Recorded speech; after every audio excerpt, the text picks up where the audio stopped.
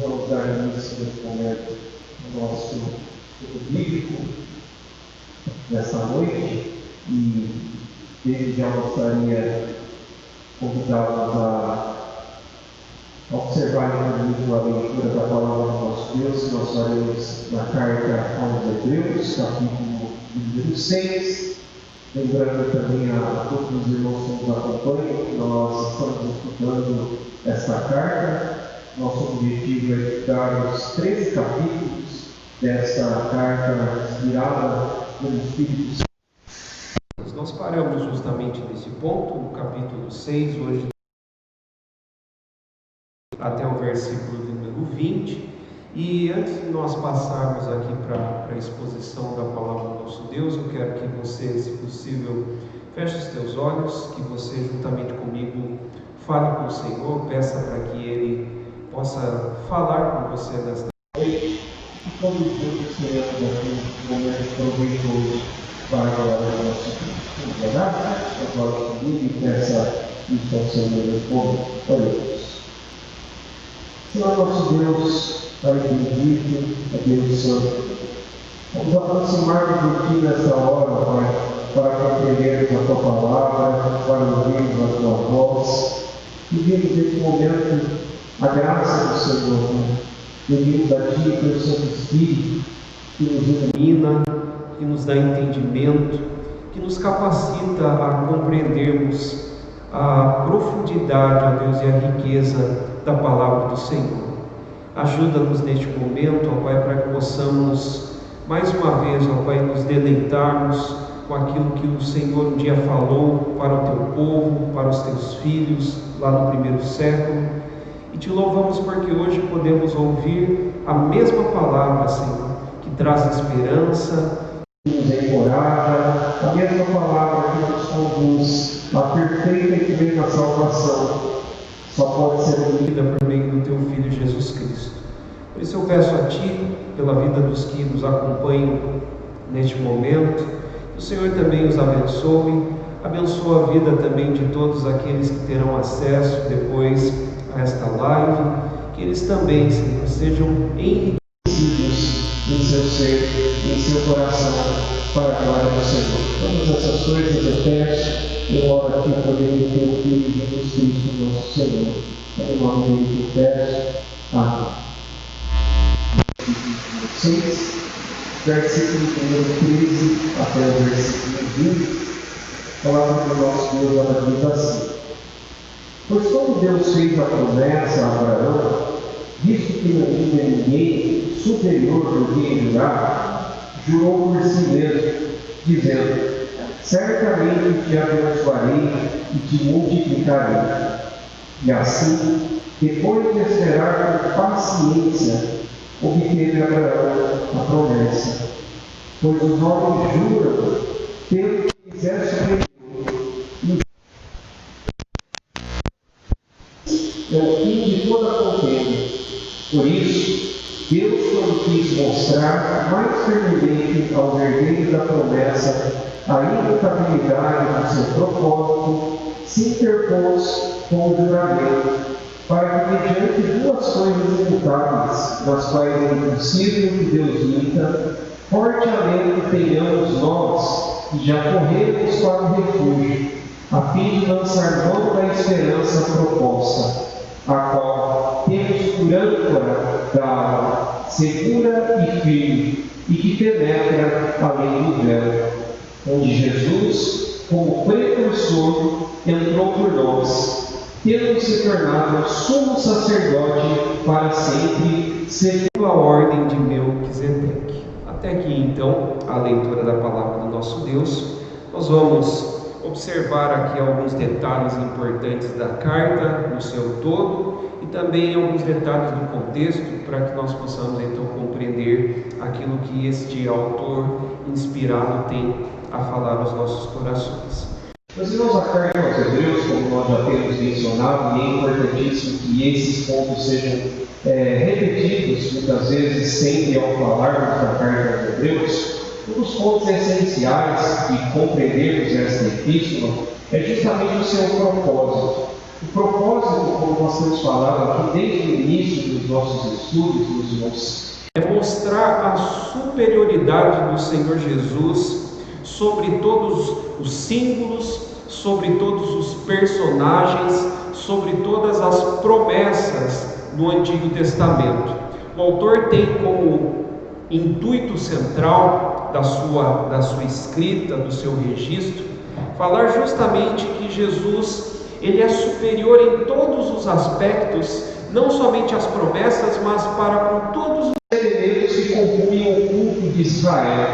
Entendendo até, meus irmãos, que o próprio nome que essa carta recebe tem por motivo justamente de nos informar que o público-alvo do autor era justamente para judeus que se converteram ao cristianismo, hebreus, que bem como recebe o nome desta carta, a carta aos hebreus, é compreendido então que o autor tem em vista falar com esse público, de pessoas que tinham um entendimento muito profundo a respeito do Antigo Testamento, que conheciam, como já foi mencionado em alguns capítulos anteriores, passagens e histórias importantes que constam nas páginas do Antigo Testamento, como é o caso da história do Êxodo, o caso da história do momento em que Josué conduz aquela sua geração para que ela entrasse então em Canaã, tomasse posse da terra prometida, bem como também o autor faz menção aqui a personagens que são importantíssimos na história da redenção, como é o caso de Moisés, do próprio Josué, como já foi mencionado, como é o caso de Arão, que era juntamente com Moisés o porta-voz de Moisés, para conjunto ao povo, e bem como também a personagens que são chamados na história e no registro da redenção como coadjuvantes do momento histórico em que Cristo Jesus veio ao mundo. E eu faço menção e referência aqui aos anjos, que tinham um papel muito importante na história da redenção e que eram tidos em grande estima também pelos hebreus, pelos judeus.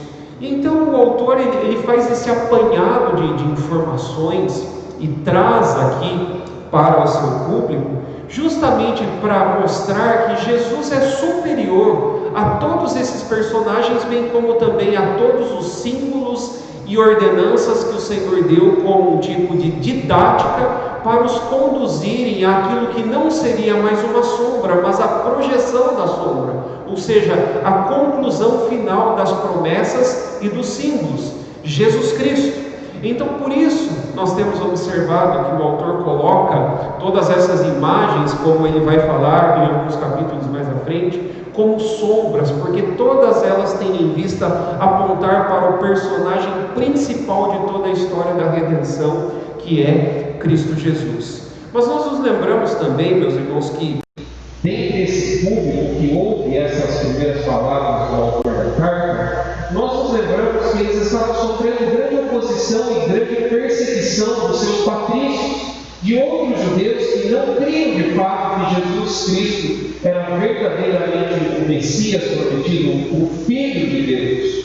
Pelo contrário, o cristianismo, bem como o Evangelho e o próprio Cristo, eram tidos como um empecilho para o judaísmo. E isso fazia com que muitos desses ouvintes do autor da carta sofressem perseguições, tivessem os seus bens expoliados. Também em que o autor escreve esta epístola, é muito provável que a perseguição se agravou de tal forma que muitos deles estavam quase praticamente sendo mortos, e foram de fato mortos pela sua fé em Cristo. E então o propósito da carta é justamente encorajar os ouvintes para que eles permaneçam firmes em Cristo, para que eles não voltem ao judaísmo, assim como eles estavam sendo tentados, ou até mesmo chamados chamados por algum público de judeus que não criam em Cristo a voltar às velhas práticas do judaísmo. E então o autor vê isto, na verdade, como um retrocesso, ou seja, voltar àqueles símbolos e àqueles rituais é algo ineficaz, porque segundo a tese defendida e já mencionada também, de uma forma introdutória aqui, meus irmãos, o autor mostra de uma forma muito contundente que aquilo eram simplesmente símbolos que apontavam para Cristo, assim como todos os sacrifícios, como todos os elementos que compunham o culto, até que Cristo viesse ao mundo e cumprisse cabalmente a obra que ele fez e realizou em sua morte como um perfeito redentor. Então, voltar atrás, segundo o próprio contexto para nós do capítulo 5 e 6, era justamente retroceder. Por isso o autor, de uma forma muito veemente no capítulo de número 6, ele pede para que os seus ouvintes venham a progredir, a não ser indolentes, assim como ele menciona no versículo de número 12, ou seja, não estarem estagnados na sua prática e nas suas virtudes espirituais e no seu desenvolvimento da salvação e santificação, mas pelo contrário, eles deveriam progredir, eles deveriam continuar a se firmar mais e mais nas mesmas promessas que eles já compreendiam pelas páginas do Antigo Testamento e que também foram anunciadas por Cristo e pelos apóstolos que o sucederam. É por isso então que, segundo o versículo 9 aí do capítulo 6, o autor nos diz que ele está persuadido, ou seja, ele está convencido de que os seus ouvintes têm ciência, têm conhecimento de que diante deles estão coisas melhores pertencentes à salvação. Mas há necessidade de uma exortação muito perene, muito forte por parte do autor, porque existe um perigo real, existe um perigo evidente, que é o perigo justamente da apostasia, da incredulidade, que de fato existe em pessoas que estão inseridas no próprio meio do povo de Deus, que não foram de fato regeneradas, que não tiveram aquela operação interna dentro dos seus corações. Mas o chamado aqui do autor é justamente para aqueles que são regenerados, para os crentes, para aqueles que são herdeiros das promessas, assim como ele afirma no próprio texto que lemos. Por isso, então, de uma forma muito sutil, o autor passa do versículo número 12 para uma ilustração muito pertinente para que os seus ouvintes pudessem compreender por que nós podemos, meus irmãos, ter certeza, ter a plena convicção de que as promessas de Deus elas são verdadeiras e de que elas de fato se cumprirão para com a vida dos seus filhos. Então, esse é o assunto que o autor ele vai trabalhar a partir do versículo número 13. Quais são as certezas e as garantias que nos levam a continuar firmes na fé e, mais do que tudo, firmes em Cristo até o fim da nossa carreira como cristãos? Eu faço nota ainda, novamente, ao versículo 12, que nos diz assim, capítulo 6, versículo 12. O autor diz: para que não vos torneis indolentes, mas imitadores daqueles que, pela fé e pela longanimidade, herdam as promessas. Tanto fé como uma paciência longa, uma longanimidade, uma longa paciência é necessária por parte daqueles que andam neste mundo. A fé e a paciência são elementos que permeiam toda a vida do cristão. E é necessário então que ele use uma ilustração muito viva e muito conhecida também por parte dos seus ouvintes, para que eles venham a compreender por que eles podem continuar seguros e ter as promessas de Deus como a âncora da sua alma, como a sustentação para a sua própria alma. Essa palavra âncora, meus irmãos, ela aparece ali no versículo de número 19 do texto que lemos, como uma palavra-chave aqui para entendermos a ilustração trazida pelo autor. Os irmãos compreendem que a palavra âncora, ela é uma palavra que aparece muito poucas vezes nas páginas do Novo Testamento.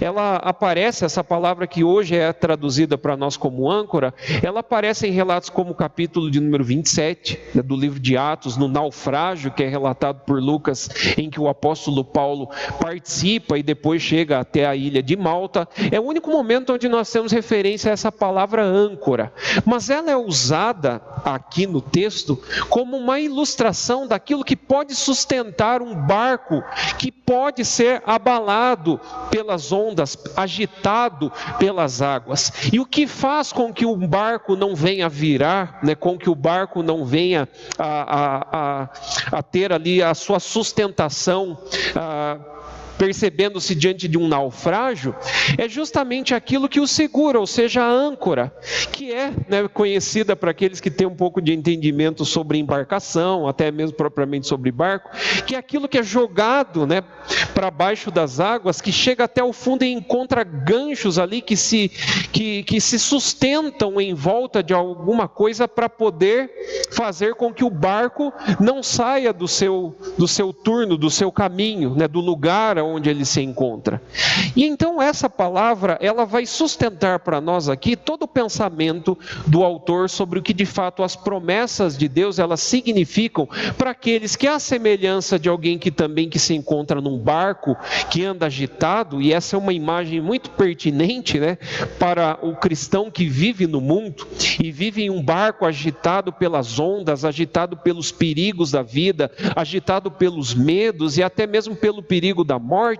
É importante que ele se encontre sendo sustentado, ele esteja ancorado em algo que não seja falível. É por isso que então o autor nos relembra de uma história muito conhecida de um personagem que é muito próprio para se falar com o seu público, que é um público de hebreus, um público de judeus. O personagem que eu faço referência é o que se encontra no versículo 13, Abraão. O versículo 13 começa dizendo assim: pois quando Deus fez a promessa a Abraão, visto que não tinha ninguém superior por quem jurar, jurou por si mesmo. E o texto por detrás aqui, usado pelo autor, e nós nos lembramos que o autor é alguém que conhece muito bem a Escritura, que aqui ilustra de uma forma muito lúcida contextos do Antigo Testamento, as suas teses, os seus argumentos. Ele toma uma das histórias mais profundas que nós encontramos no livro de Gênesis. O capítulo é o capítulo de número 22. Você se lembra que depois de muito tempo de Abraão ter recebido promessas da parte do Senhor, o capítulo 15 do livro de Gênesis mostra aquele momento em que o Senhor lhe chama, afirma as promessas, dizendo que pela descendência de Abraão, depois, logo quando ele tivesse filhos, o Senhor iria fazer com que a terra se enchesse de tal forma que aqueles seriam os herdeiros da promessa, assim como a areia da praia do mar e como as estrelas que compõem o céu. Essa foi a imagem ilustrativa que Deus deu a Abraão para que ele pudesse tomar conhecimento de quais promessas ele teria diante dele. E Abraão, a palavra do nosso Deus, diz que ele creu, e isso foi naquele momento lhe imputado como justiça. Esse é o argumento que o próprio apóstolo Paulo usa lá na carta aos Romanos para falar sobre Abraão. O que justificou Abraão foi justamente a sua fé, foi a sua confiança plena e total em Deus. Isso se encontra lá no capítulo 4 da carta aos Romanos. E o apóstolo Paulo usa uma expressão muito importante lá para falar sobre Abraão, porque na continuidade do capítulo 4, lá no versículo de número 18, Paulo diz que Abraão creu contra a esperança. Abraão confiou em Deus, mesmo em um momento que parecia que essas promessas não iriam se concretizar, um momento momento é justamente o capítulo de número 22, aonde depois de Isaac, né, já ter nascido, a promessa de Deus de que lhe nasceria um filho, mesmo na sua velhice, vem ao mundo, mas de repente o Senhor Deus faz a Abraão uma das perguntas mais estranhas que um ser humano poderia receber de Deus logo após o cumprimento de uma promessa tão esperada, que é justamente o Senhor lhe dizer: toma o teu filho, o teu único filho, e sobe a um monte que eu lhe direi. O monte era o monte Moriá, e você irá colocá-lo diante de uma penha, diante de uma pedra, e você irá oferecer o teu filho como sacrifício. Você já se pensou, Abraão, diante de uma situação como essa, aonde depois de tanta expectativa e de tanta espera, ali depois de muitas vezes desencorajado por causa da demora, e todos nós compreendemos, meus irmãos, que uma das coisas que nós como humanos, né, como criaturas que o somos, sofremos é justamente a paciência, é ter expectativa por uma coisa e esta coisa não se concretizar. Isso gera muita dor muitas vezes e ansiedade no nosso coração. A tal ponto que o escritor do livro de Provérbios diz que a esperança que se adia faz com que o coração adoeça. Talvez seja esse o sentimento, né, que ilustra aquele momento em que Abraão estava. Mas de uma forma extraordinária, esse pai da fé, assim como ele é reconhecido posteriormente pela Escritura, ele sobe até aquele monte. O seu filho, que é um tipo de Cristo, né, porque ele aponta justamente o que o próprio Filho de Deus, Jesus Cristo, iria fazer: ser obediente e se entregar à morte de cruz, assim como Isaac também, de uma forma muito estranha, obedece ao seu pai e sobe até Moriá para ser sacrificado. Mas a palavra do nosso Deus diz que de tal forma foi a confiança que Abraão tinha em Deus, que lá no capítulo 11, quando nós chegarmos no capítulo 11 da carta aos Hebreus, o autor vai dizer, né, relatando aquele momento da vida de Abraão, que ele creu de tal forma em Deus, que ele, no seu coração, acreditava que o filho, mesmo morto, poderia ser ressuscitado dentre os mortos. Essa foi a confiança do pai da fé, de Abraão, para com Deus.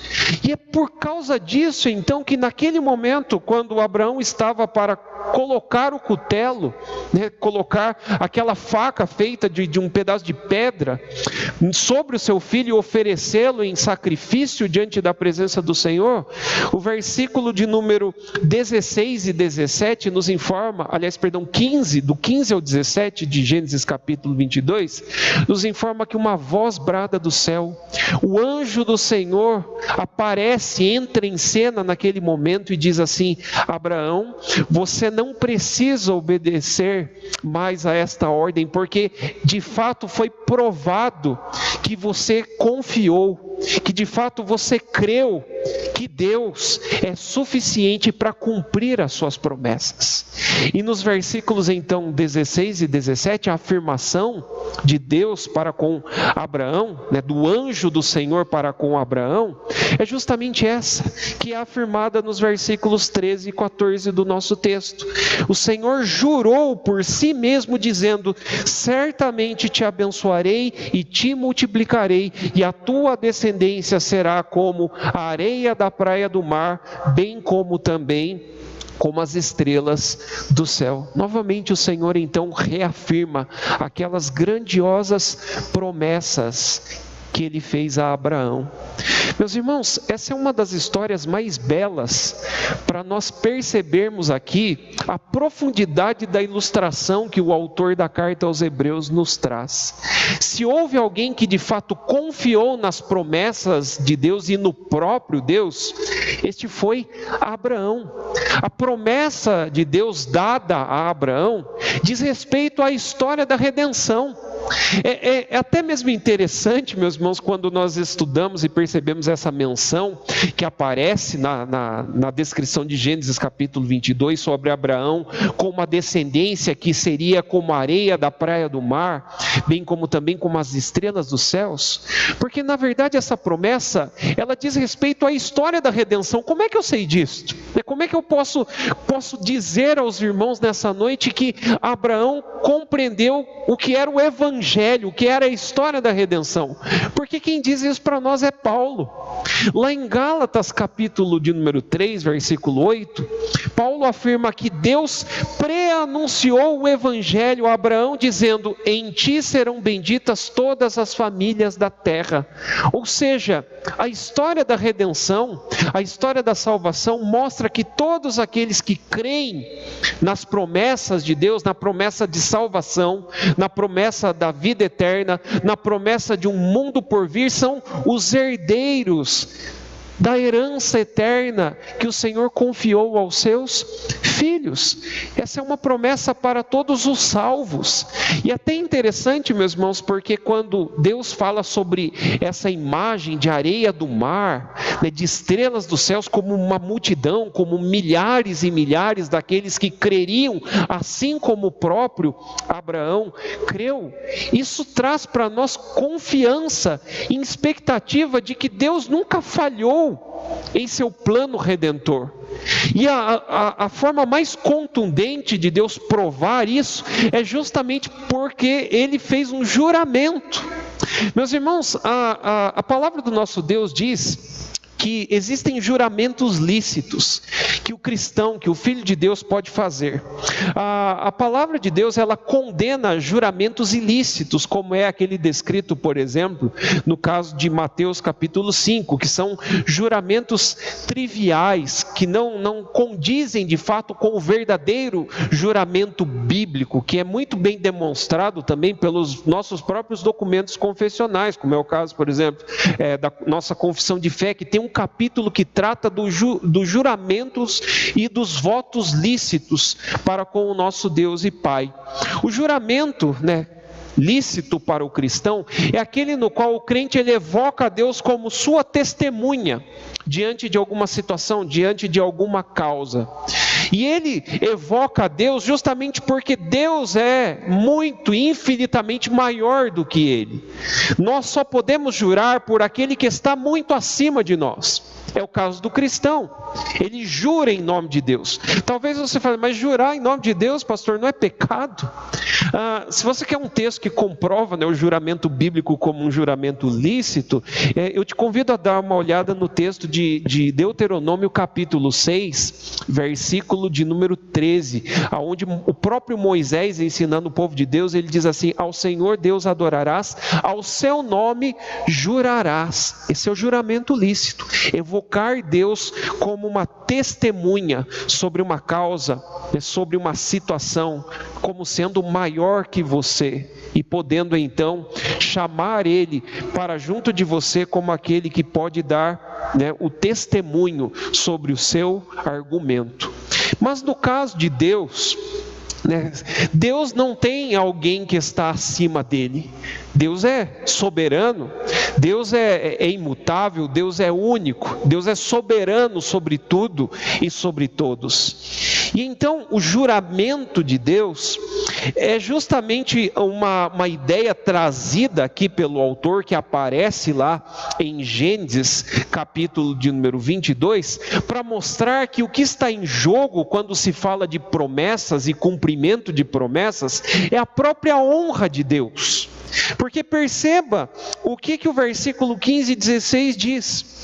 Versículo 15 diz assim: e assim, depois de esperar com paciência, obteve Abraão a promessa, pois os homens juram pelo que lhes é superior, e o juramento servindo de garantia para eles fim de toda contenda. Por isso, Deus, quando quis mostrar mais firmemente aos herdeiros da promessa, a imutabilidade do seu propósito, se interpôs com juramento. O juramento é uma questão de honra. Quando você evoca a Deus como sua testemunha ao fazer um juramento, ali está o fim de toda contenda. Você está colocando a sua própria vida em risco quando você faz um juramento lícito diante de Deus, porque se você estiver mentindo, se a sua palavra não for verdadeira, porque você está de fato chamando Deus como testemunha, certamente você terá prejuízos muito grandes, porque você está colocando em jogo o nome do próprio Deus, a honra do nome de Deus. Isso é um perigo muito grande. Portanto, o fim de toda contenda é um juramento. E quando Deus jura por si mesmo, Ele está dizendo que o que está em jogo, na verdade, é a sua honra, é a sua glória, é o seu nome. E lembre-se, meus irmãos, de que quando a Escritura trata sobre juramentos, quando o próprio Senhor Jesus reinterpretou o mandamento de não tomar o nome do Senhor teu Deus em vão, na verdade o que está em honra, no cumprimento deste mandamento, é a honra do nome de Deus.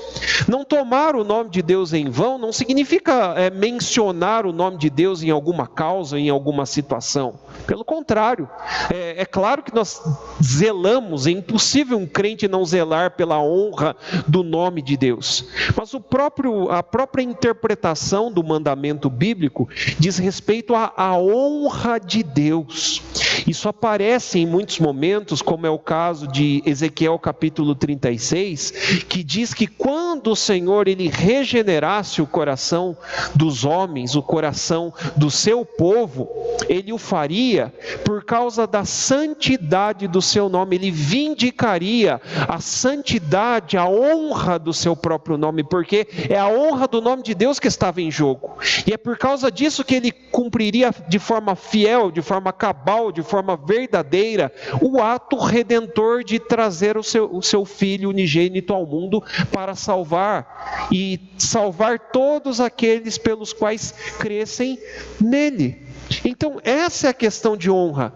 As promessas de Deus para a nossa vida, elas são fiéis e elas são a âncora da nossa alma, justamente porque o que está em jogo é o nome de Deus. Esse Deus que se qualifica, segundo o próprio versículo de número 17, como um Deus imutável, que não muda. Homens mudam, criaturas mudam, o mundo muda.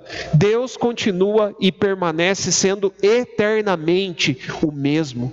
Os seus planos são os mesmos, os seus projetos são eternos, eles se cumprem. Paulo diz lá em Romanos capítulo 11 que o chamado, a vocação, as promessas, as alianças de Deus, elas são irrevogáveis, porque Deus é imutável. E então o autor usa dois argumentos aí, segundo o versículo de número 18 e 19, para provar para nós por que nós podemos confiar, então, de fato, que Deus será fiel para cumprir as suas promessas. E lembre-se, meus irmãos, de que as promessas aqui dizem respeito a todas aquelas bênçãos eternas que só podem ser encontradas na pessoa e na obra de Cristo Jesus. As promessas aqui não diz respeito a ganhar um aumento salarial, a ficar rico, a ter um carro do ano, ou deleites, pelos quais é lícito o homem ganhar com trabalho, com esforço. Deus tem prazer em abençoar? Tem, mas não é desse tipo de promessa aqui que nós muitas vezes vemos sendo usadas por aí pelos chamados mestres da teologia da prosperidade, usando textos como esses, Não são esses tipos de promessas. As promessas que nós temos em vista aqui são aquelas que o autor já fez menção em alguns capítulos atrás, como a promessa da salvação eterna por meio da morte de Cristo.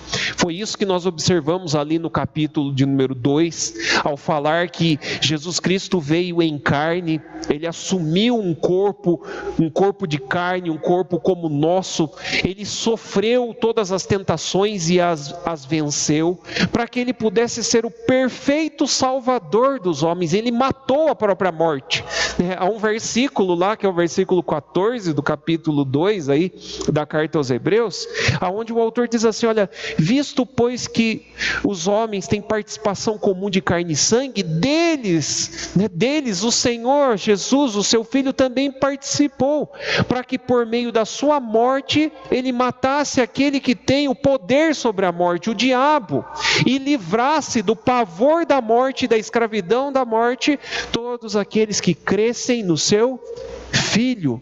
É desse tipo de promessa, da promessa da salvação, da promessa da vida eterna, que nos é lembrada na pessoa do Filho como alguém que cumpriu plenamente, de forma perfeita, todos os mandamentos de Deus.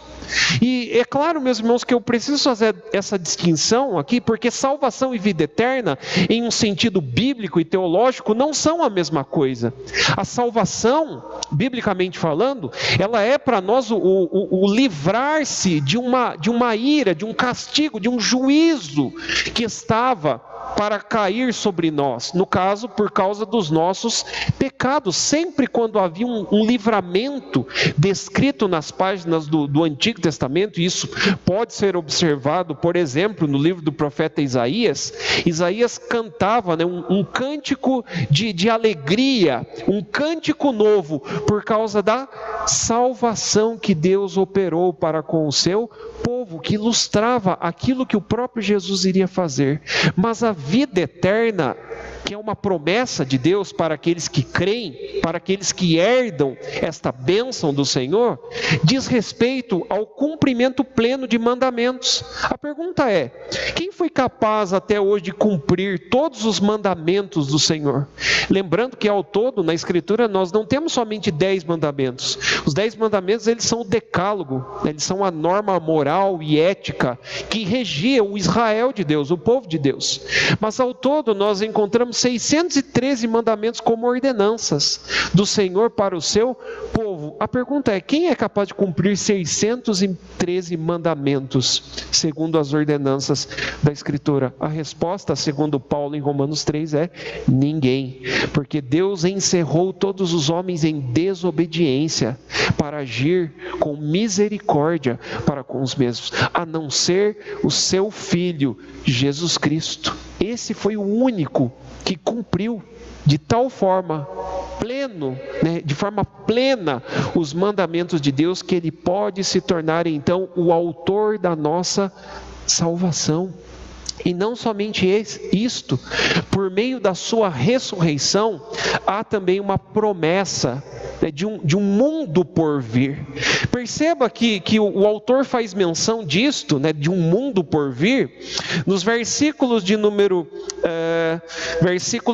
5 e 6, do capítulo de número 2 da carta, bem como também ele faz menção a esse mundo por vir, no capítulo de número 6, nos versículos de número 4 até o versículo de número 6. Ele faz menção aqui sobre pessoas que até experimentaram um pouco desse mundo por vir, mas não podem experimentá-lo de forma plena e de forma concreta, porque não foram de fato regenerados, porque não creram à semelhança de Abraão, mas foram, pelo contrário, tomados de incredulidade e se tornaram apóstatas, retrocederam, voltando atrás e crucificando, como ele fez menção no versículo 6, o próprio Filho de Deus. E então são essas promessas que estão em jogo, e elas são garantidas pelo seguinte, versículo 18: porque Deus, ele é imutável e é impossível que Deus minta. A palavra de Deus diz que Deus, ele é essencialmente verdade. A palavra de Deus descreve Deus como aquele que ama a verdade e chama os seus filhos também a andarem na verdade.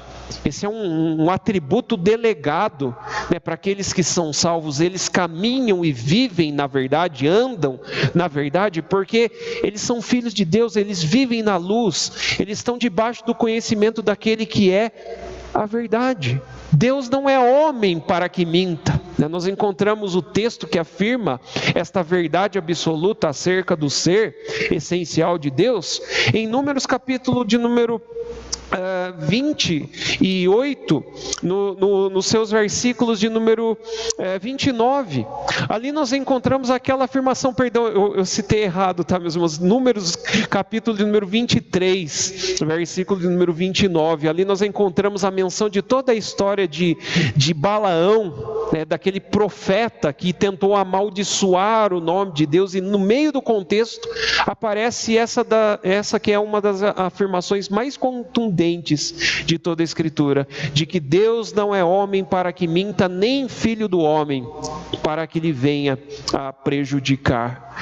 Nós percebemos então que esse atributo de Deus faz-nos trazer, né, a nossa mente, ao nosso coração, a certeza e a convicção de que Deus é a verdade, de quando Ele faz uma promessa, de quando Ele promete algo, Ele não é como nós, mas Ele é verdadeiro, as suas promessas são verdadeiras, o que Ele faz se cumpre, se concretiza, bem como também o texto afirma para nós que é por causa disto, então, porque Deus ele é imutável, porque Ele não muda, porque Ele é todo verdade, que nós então temos alento, né? Temos paciência e estamos refugiados e lançamos toda a nossa esperança em Deus, o qual é a âncora, é a sustentação para a nossa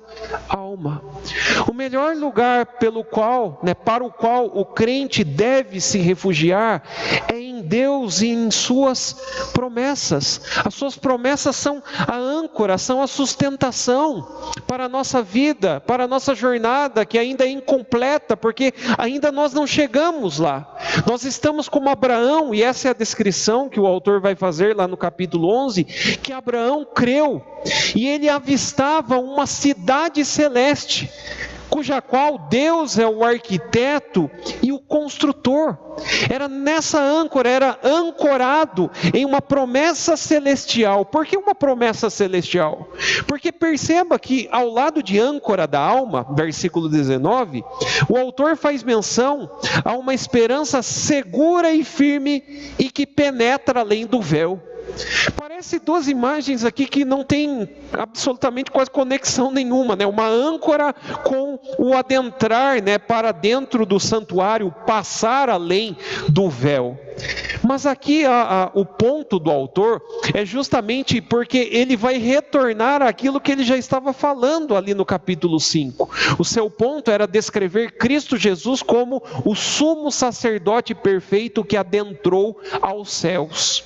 Ele é o pioneiro da obra que ele está concretizando em nós, porque ele chama Jesus logo em seguida, ali no versículo 20, de o precursor, aquele que está abrindo o caminho, né? O primeiro do caminho, aquele que está mostrando, né, e nos guiando o caminho pelo qual ele mesmo trilhou e conquistou.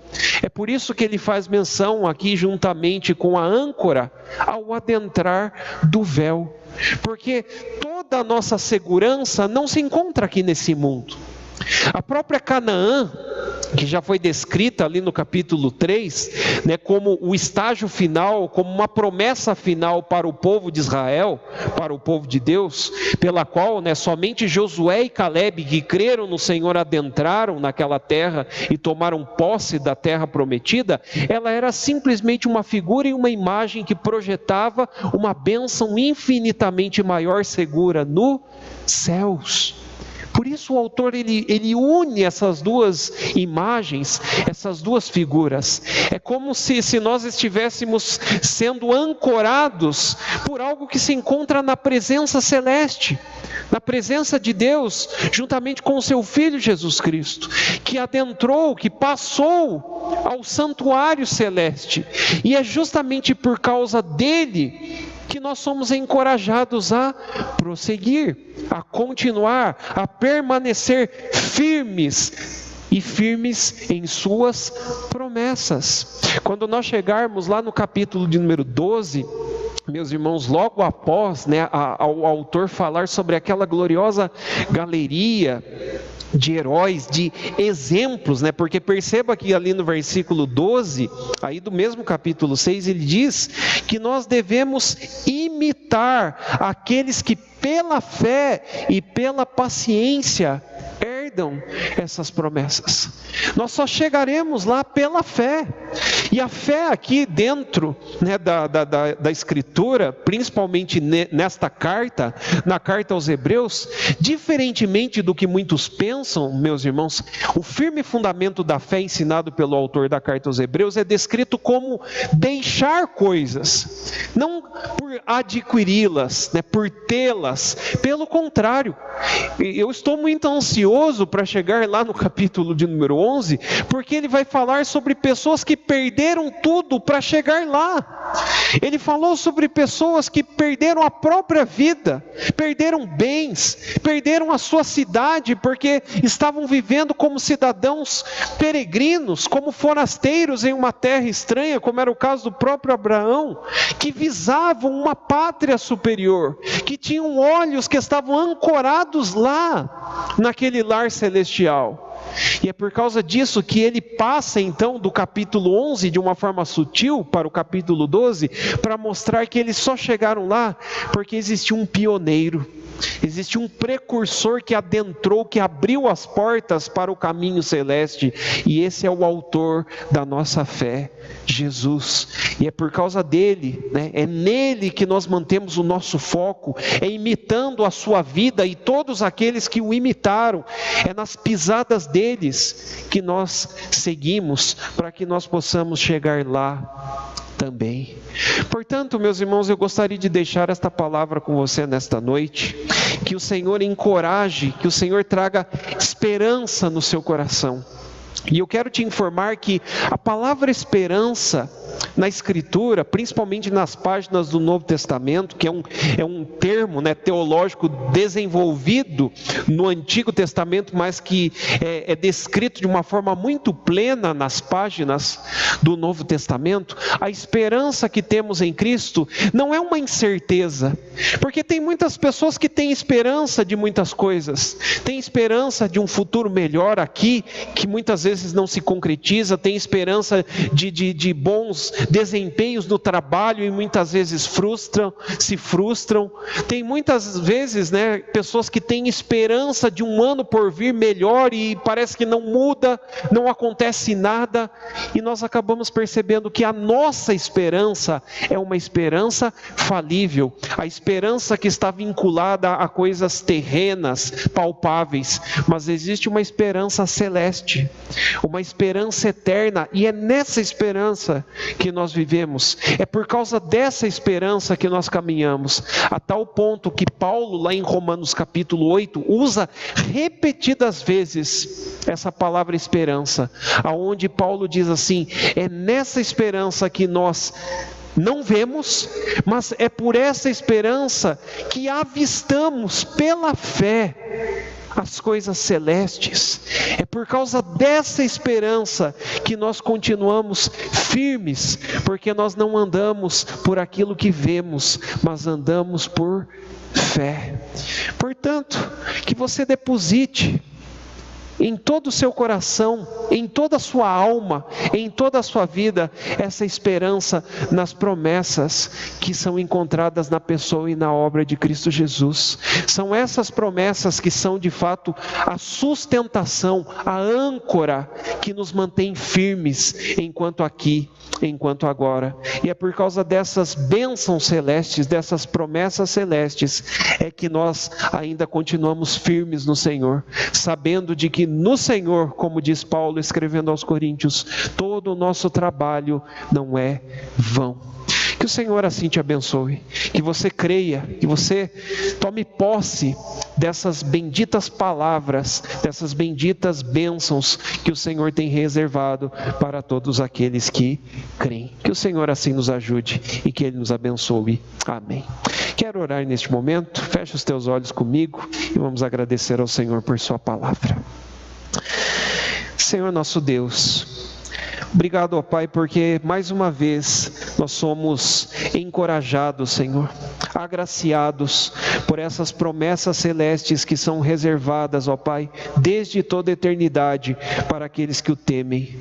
Ó Deus, que nós possamos de fato confiar a nossa vida, confiar todo o nosso ser, toda a nossa alma naquilo que de fato pode proporcionar alegria, pode proporcionar bênçãos em nosso ser, em nosso coração.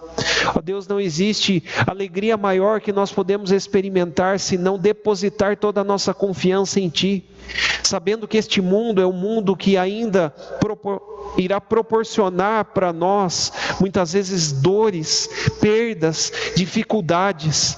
Mas obrigado, Senhor, porque se nós mantivermos os nossos olhos firmes na pátria celeste, firmes na cidade celeste que o Senhor mesmo arquitetou, preparou, está preparando para aqueles que o temem, certamente, Senhor, nós iremos concluir de forma plena, de forma verdadeira a nossa jornada. Que nós possamos, como o apóstolo Paulo, concluir a nossa vida aqui neste mundo dizendo que nós combatemos o bom combate, que nós completamos a nossa carreira, que nós guardamos a nossa fé. Que o Senhor assim nos ajude, que o Teu Santo Espírito esteja conosco e nos dê força, ó Pai, para que nós possamos chegar lá, assim como todos aqueles que creram em Ti, assim como Abraão, o pai da fé, assim como Isaac, assim como Jacó, e assim com todos aqueles que depositaram toda a sua confiança em Ti. Nós oramos a Ti e pedimos isto em nome de Cristo Jesus, nosso Salvador. Amém. Que Deus te abençoe, que você tenha uma ótima noite em Cristo Jesus. Amém.